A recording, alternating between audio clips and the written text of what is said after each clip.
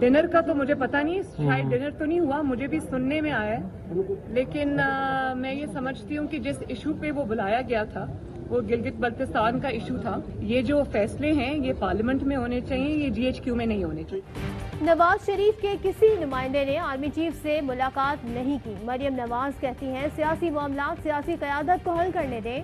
मुलाकात के लिए सियासी क़यादत को भी नहीं जाना चाहिए था, फैसले पार्लियामेंट में होने चाहिए। सहाफ़ी के सवाल पर कहा डिनर हुआ या नहीं इसका कोई इल्म नहीं, सुनने में आया है। पार्लिमानी पार्टी की मुलाकात का भी इल्म नहीं। गुज़िश्ता हफ्ते आर्मी चीफ से मुलाकात में शहबाज शरीफ और ख्वाजा आसिफ शामिल थे। क्या शहबाज शरीफ और ख्वाजा आसिफ नवाज शरीफ के नुमाइंदे नहीं?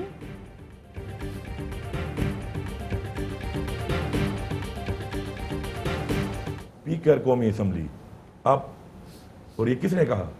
ये भी चीफ ऑफ आर्मी स्टाफ ने कहा, मैं इसलिए उनका नाम लेके बता रहा हूँ। स्पीकर साहब की सरबराही में आप लोग कमेटी बना के इसको हल करें खुद, और जैसे आप करना चाहते हैं वैसे करें। 4:30 बजे मीटिंग होगी पार्लियामेंट वाले कमेटी रूम नंबर 2 में, स्पीकर साहब की सरबराही में इसी चीज़ के बारे में। सुबह वो मीटिंग कैंसिल हो गई क्योंकि इन लोगों ने कहा कि हम नहीं आते। मरियम का इस्तदलाल के पार्लिमानी मामलात पार्लियामेंट में हल होने चाहिए, लेकिन ऑपोजिशन पार्लियामेंट में ही बैठने को तैयार नहीं। अली अमीन गंडापुर ने भांडा फोड़ दिया। ARY न्यूज़ के प्रोग्राम द रिपोर्टर्स में बताया कि आर्मी चीफ ने मीटिंग में कहा कि स्पीकर की सरबराही में कमेटी बनाकर गिलगित बल्तिस्तान का मामला खुद हल करें और जैसा करना चाहते हैं वैसा करें।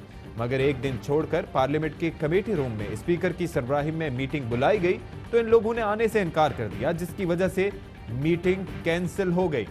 जमहूरी प्लेटफॉर्म पर बुलाने पर भी इनमें से एक भी नहीं आया।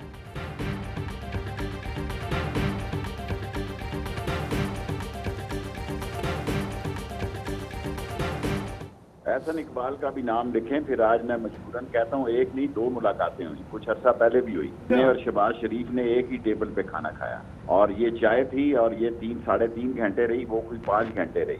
और मरियम साहबा जिस दिन सच बोलेंगी उनकी सियासत का आखिरी दिन होगा। एक नहीं 2 मुलाकातें हुई। एक मुलाकात में शहबाज शरीफ और मैं एक टेबल पर मौजूद थे। मुलाकातियों में एहसन इकबाल भी शामिल थे। वजीर रेलवे शेख रशीद ने बताया, कहा शहबाज शरीफ से पहली मीटिंग में बात हुई, दूसरी में नहीं हुई। मरियम नवाज जिस दिन सच बोलेंगी उस दिन उनकी सियासत का आखिरी दिन होगा।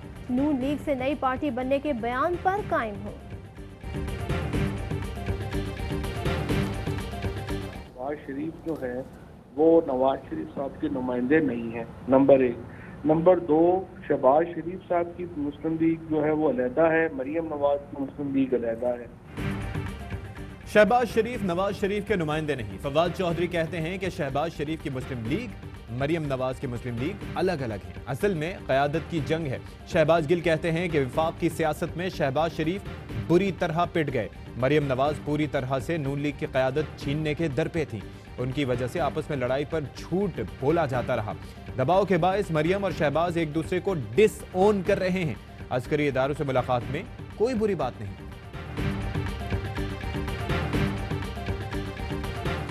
TTU पर रेफरेंस शहबाज शरीफ और उनके खानदान के खिलाफ है। शहबाज शरीफ समेत खानदान के 6 और कुल 16 मुलाजमीन नामजद हैं। रेफरेंस में 4 लोग वादा माफ गवाह बन गए हैं। रेफरेंस में हमजा शहबाज के कारनामे भी दर्ज है।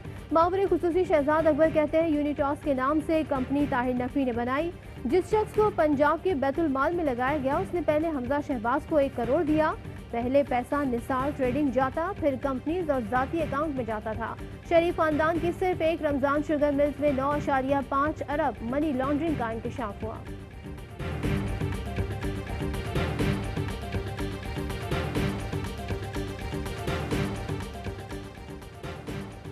आसिफ जरदारी की ज़मनी रेफरेंसेस खारिज करने की दरख्वास्त मुस्तरद। एहतसाब अदालत का आसिफ जरदारी पर तीनों करप्शन रेफरेंसेस में फर्द जुर्म आयद करने का हुक्म। साबिक सदर ने पार्क लेन, मेगा मनी लॉन्ड्रिंग और हरीशन कंपनी की ज़मनी रेफरेंसेस खारिज करने की इस्तदा की थी। एहतसाब अदालत ने कहा कि आसिफ जरदारी को जाली अकाउंट्स रेफरेंसेस में बरी नहीं किया जा सकता। आसिफ जरदारी समेत तमाम मुल्ज़िमान 28 सितंबर को तलब। अबूरी जमानत में 15 अक्टूबर तक तौसील।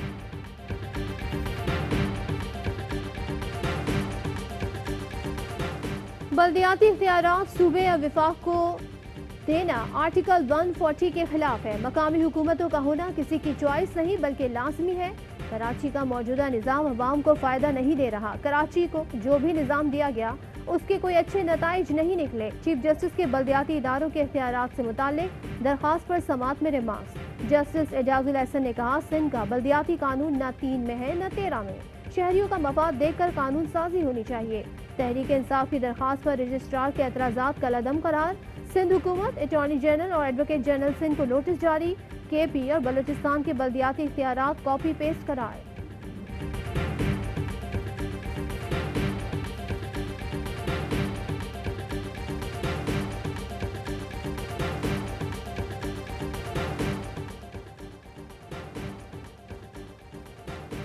कराची में लोग सड़कों पर मर रहे थे, घरों में पानी दाखिल हो चुका था, सड़कों पर पानी खड़ा था मगर अमला कहीं नजर नहीं आया। कागजों पर अमला मौजूद है, मौके पर दिखाई नहीं देता। इसका मतलब है गोश्त मुलाजमीन है। 5 साल MQM ने क्या किया? मेयर कराची ने तो हुलिया बिगाड़ दिया। कानून साजी में मदद कर देते हैं मगर हासिल वसूल क्या होगा? चीफ जस्टिस के रिमार्क्स। वकील MQM ने दलाइल दिए कि मौजूदा सूरत हाल में काउंसलर का इख्तियार चीफ मिनिस्टर को दे दिया गया है। सूबाई और बल्दियाती हुकूमतों के इख्तियारात में फर्क करना होगा। कराची का मौजूदा निजाम फरिश्ते भी नहीं चला सकते।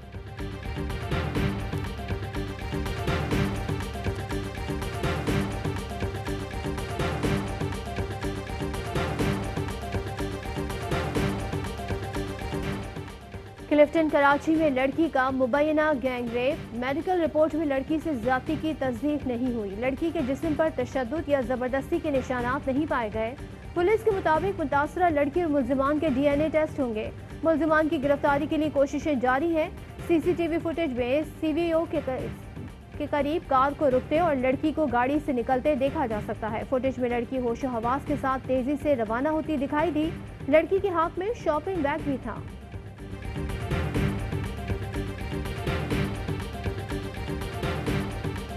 दो बूंद पाकिस्तान की खातिर। मुल्क भर में इंसदाद पोलियो मुहिम जारी।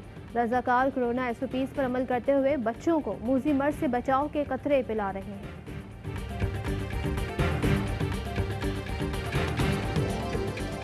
और पाकिस्तान में 1 ग्राम सोने की कीमत 10,155 रुपए 54 पैसे हो गई। 1 मिलीग्राम सोना 10 रुपए 15 पैसे का हो गया। UAE में 1 मिलीग्राम सोना 22 फिल्स का है।